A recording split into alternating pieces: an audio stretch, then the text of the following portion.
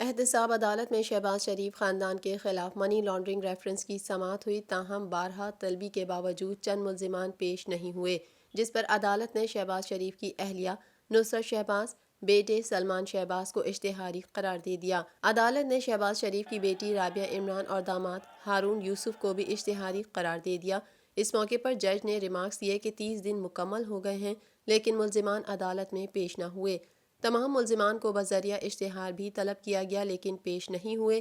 احتساب عدالت کے جج جواد الحسن نے غیر حاضر ملزمان کو اشتہاری ڈکلیئر کیا۔ پولیس نے شہباز شریف اور حمزہ شہباز کو عدالت میں پیش کیا۔ احتساب عدالت کے جج جواد الحسن اور نیب کے وکیل عثمان جی راشد چیمہ نے شہباز شریف سے ان کی والدہ کی وفات پر تعزیت کی۔ عدالت میں نیب کے گواہ deputy secretary Punjab assembly Faisal Bilal اور assistant director election commission Khalid Mahmood نے بیانات قلم بند کرائے، جس کے بعد کیس کی سماعت 3 دسمبر تک ملتوی کر دی گئی۔ پاکستان بھر میں نمائندگان کا وسیع نیٹ ورک، ہر خبر جاننے کے لیے دیکھتے رہیے TNN TV۔